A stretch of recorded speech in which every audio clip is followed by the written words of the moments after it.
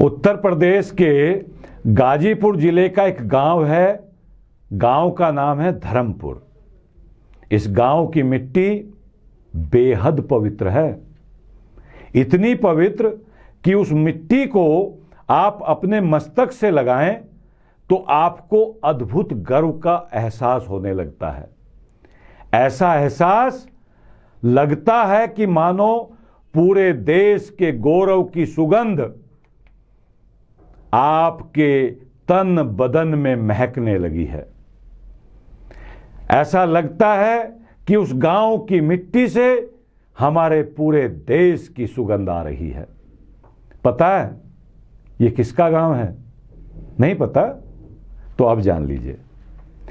ये गांव है हमारे एक ऐसे अमर शहीद का जिन्हें भारत के सबसे बड़े सैन्य सम्मान परमवीर चक्र से नवाजा गया है। तो हुई ना इस गांव की मिट्टी अति पवित्र। नमस्कार, आपका हार्दिक स्वागत है आपके अपने चैनल चेतना मंच पर, और आप इस समय देख रहे हैं अपना प्रिय कार्यक्रम मंथन। आज अमर शहीद हवलदार वीर अब्दुल हमीद का जन्मदिन है। आज हम इस मंथन में वीर अब्दुल हमीद की बात करेंगे। जी हां, उस महान योद्धा को श्रद्धांजलि देते हुए मैं आज उनकी महानता के वो अद्भुत किस्से आपको बताने वाला हूं जो आपने कहीं ना पढ़े होंगे ना सुने होंगे। वीर अब्दुल हमीद का जन्म आज ही के दिन यानी 1 जुलाई 1933 को उत्तर प्रदेश में पड़ने वाले जनपद गाजीपुर जिले के धर्मपुर गांव में एक मुस्लिम दर्जी परिवार में हुआ था। उनका परिवार बहुत साधारण सा एक दर्जी परिवार था। आजीविका के लिए कपड़ों की सिलाई का काम करने वाले मोहम्मद उस्मान के पुत्र वीर अब्दुल हमीद की रुचि अपने इस पारिवारिक कार्य में बिल्कुल नहीं थी। उन्हें इस काम में मजा ही नहीं आता था। कुश्ती के दांव पेंचों में रुचि रखते थे उनके पिता। अपने पिता की उसी रुचि का प्रभाव वीर अब्दुल हमीद के जीवन पर पड़ा। लाठी चलाना, कुश्ती का अभ्यास करना, पानी से उफनती हुई नदी को पार करना, गुलेल से निशाना लगाना, यानी एक ग्रामीण बालक में ग्रामीण पृष्ठभूमि के दौरान जो भी परंपरागत गुण और विशेषताएं हो सकती हैं वो सब उस बालक हमीद में थी।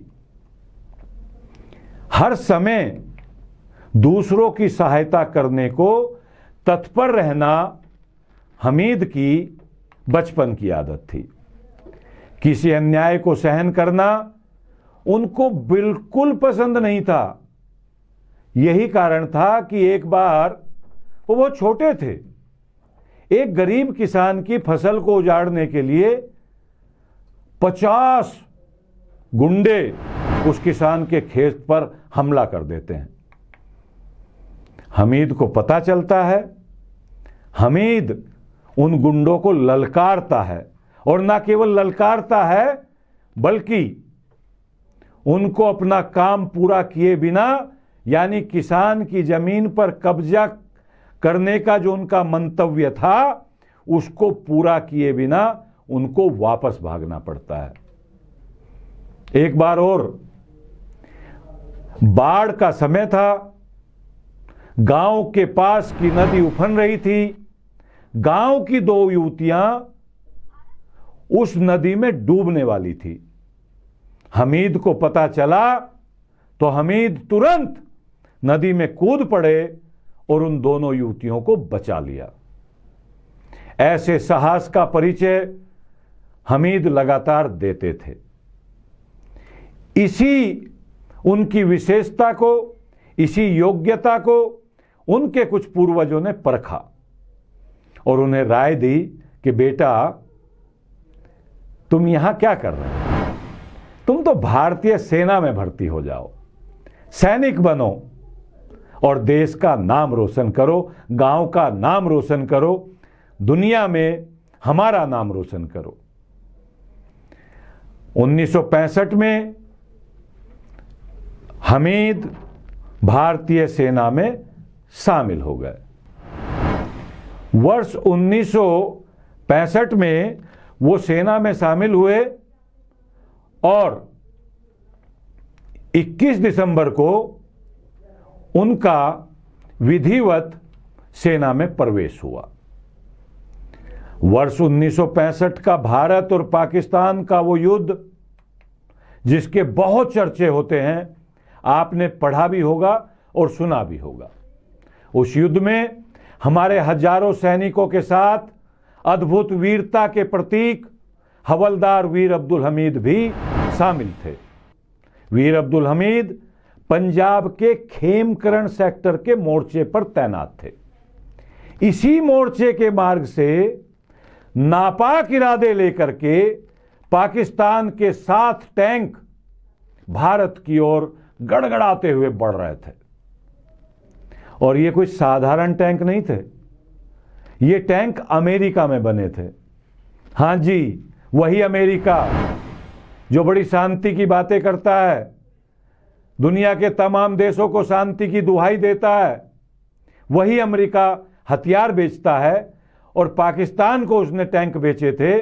अमेरिका में बने हुए ये टैंक उस समय अजय टैंक समझे जाते थे। मायने ये कहा जाता था कि इन टैंकों को नहीं जीता जा सकता। यही टैंक जिनका नाम था पैटर्न टैंक हमारे देश की तरफ धीरे धीरे आगे बढ़ रहे थे। वीर अब्दुल हमीद और उनकी सेना की जो टुकड़ी मोर्चे पर तैनात थी, उसने रात में ही भांप लिया कि कुछ बड़ी गड़बड़ है। देखा तो सामने से टैंक आ रहे थे और वो भी पैटर्न टैंक। इस टुकड़ी के पास कोई बहुत बड़े हथियार नहीं थे, टैंक तो थे ही नहीं, बड़े और भारी हथियार भी नहीं थे, लेकिन था एक अद्भुत हौसला, एक अद्भुत हिम्मत और हौसला वो जो हर भारतीय वीर सैनिक को भारत की सेना की वर्दी पहनते ही अंदर से मिलता है। या यूं कहूं कि भारतीय सैनिक को जो हौसला घुट्टी में मिलता है, वही हौसला इस टुकड़ी के पास था। वीर अब्दुल हमीद एक गन माउंटेड जीप पर सवार थे। आपने देखा होगा हमारी सेना में कुछ जीपों पर गन फिट की जाती है, उसको गन माउंटेड जीप कहा जाता है। वो जीप पैटर्न टैंकों के सामने ऐसी थी जैसे कोई खिलौना, किंतु हमारे इस योद्धा ने ऐसी गोलीबारी की, एक के बाद एक पैटर्न टैंक पर खच्चे उड़ते चले गए। ऐसा लगा कि ये पैटर्न टैंक नहीं, खिलौने हैं। खिलौनों की तरह से बिखेरते हुए टैंकों को वीर अब्दुल हमीद गोलियों पर गोलियां दागे जा रहे थे। 6 पैटर्न टैंकों को उन्होंने तबाह कर दिया, बर्बाद कर दिया, नेस्ता नाबूद कर दिया। उसके बाद भी एक टैंक आगे बढ़ रहा था। हमारे इस योद्धा के पास गोलियां कम हो गई थी।